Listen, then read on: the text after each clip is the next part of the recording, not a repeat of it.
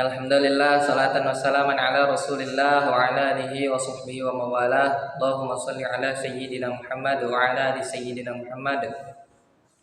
Qalu subhanaka la ilma lana illa ma 'allamtana innaka antal alimul hakim. Hasbunallahu ni'mal wakil, ni'mal maula wa ni'man nasir, wa la haula wa la quwwata illa billahil aliyyil azim. Bersyukur kita kepada Allah yang mana oleh Allah telah mencurahkan nikmat-nikmatnya. Kemudian salawat bersertakan salam mari kita sanjung tinggikan pangkuan Nabi besar Muhammad sallallahu alaihi wa alihi wasallam, di mana beliau telah membawa kita dari zaman jahiliyah menuju zaman Islamiyah seperti yang kita rasakan saat ini. Baik, kami dari kelompok 6 ingin mereview makalah dari kelompok 12 yang berjudul Organisasi Islam dan Pendidikan Islam di Indonesia. Sebelumnya, izinkan kami memperkenalkan diri. Saya Ahmad Fikri Hafiz. Dan saya Maria Ulfa. Dan saya Fira Ayuniara Rizky. Baik, saya akan membahas pembahasan yang pertama tentang definisi pembaharuan pendidikan Islam. Pembaharuan dalam sektor pendidikan bermakna sama dengan upaya adaptasi pendidikan dengan perkembangan terkini atau terbaru. Upaya yang dilakukan untuk memperoleh daya guna dan efisiensi yang maksimal dengan menggunakan penemuan yang mukhtalif manusia di bidang ilmu, pengetahuan, dan pendidikan. Yang dimaksud dengan pembaharuan dalam sistem pendidikan Islam adalah mengadakan pendidikan Islam dari sistem tradisional monoleader dengan sistem belajar halaqah ke sistem belajar klasikal yang dikelola oleh jamaah atau organisasi secara kolektif. Dan berdasarkan musyawarah, pembaruan pendidikan Islam merupakan reformasi, restrukturisasi, dan inovasi secara menyesuaikan diri dengan dinamika masyarakat dan dapat memenuhi tuntutan dan kebutuhan masyarakat era pasar bebas. Kemudian yang kedua yaitu organisasi pendidikan Islam di Indonesia.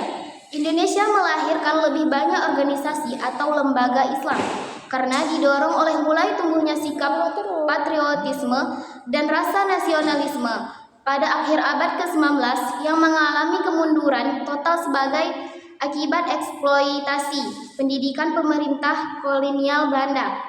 Dengan cara menumbuhkan dan mengembangkan sikap rasa nasionalisme yang tinggi, dan demikian lahirlah perguruan tinggi nasional yang ditopang oleh usaha-usaha swasta pada waktu itu yang berkembang pesat. Sejak awal akhir tahun 1000-an, maka lahirlah sekolah-sekolah dan partikuler swasta atas usaha para perintis kemerdekaan. Sekolah semula memiliki dua corak, yaitu yang pertama, sesuai dengan haluan politik seperti Taman Siswa Yogyakarta didirikan oleh Dr. Dowes Dekker. Yang kedua, sesuai dengan tuntutan atau ajaran agama Islam, yaitu sekolah-sekolah Serikat Islam, sekolah-sekolah Muhammadiyah, serta masih banyak lagi sekolah-sekolah lain yang didirikan oleh organisasi Islam, baik dalam bentuk pesantren maupun madrasah. Baik, saya akan melanjutkan materi selanjutnya. Yang pertama, masa perubahan Islam di Indonesia. Timbulnya pembaharuan pemikiran dalam Islam di Indonesia baik dalam bidang agama, sosial maupun pendidikan diawali dan dilatar belakangi oleh pembaharuan pemikiran Islam yang timbul di belahan dunia Islam lainnya.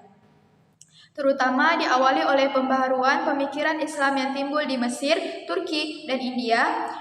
Usaha-usaha pembaharuan pendidikan Islam di Indonesia pada mulanya telah dimulai sejak awal abad ke-20. Sistem yang ada pada mulanya sebelum masuk ide-ide pembaharuan adalah sistem non-klasikal, berubah menjadi sistem klasikal. Masuknya ide-ide pembaharuan pemikiran Islam ke Indonesia sangat besar pengaruhnya bagi terrealisasi pembaharuan pendidikan. Pembaharuan pendidikan Islam di Indonesia dimulai dengan munculnya sekolah adabiyah yang setara dengan sekolah his. Disinilah mulanya muncul ide-ide pembaharuan mata pelajaran di madrasah berimbang antara ilmu-ilmu agama dengan ilmu-ilmu lainnya.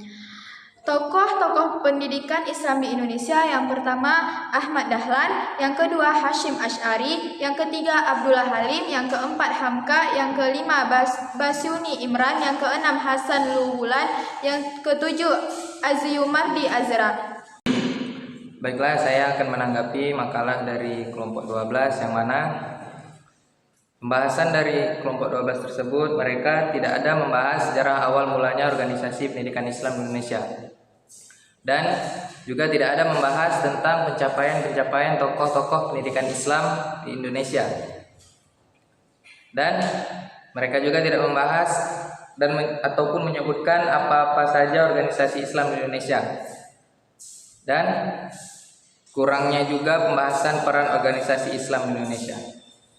Kemudian saran dari kami untuk kelompok 12, mereka harus menambahkan sejarah awal mula datangnya organisasi pendidikan Islam di Indonesia dan pembahasan tentang tokoh-tokoh pendidikan Islam di Indonesia.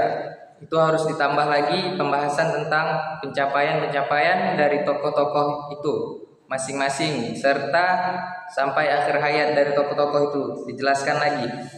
Selanjutnya makalah 12 ini juga harus menjelaskan apa-apa saja organisasi Islam di Indonesia dan siapa-siapa saja yang mendirikan dari masing organisasi Islam tersebut. Demikian review makalah dari kami untuk makalah kelompok 12. Lebih dan kurang kami mohon maaf. Mungkin ada bakat minna. Assalamualaikum warahmatullahi wabarakatuh.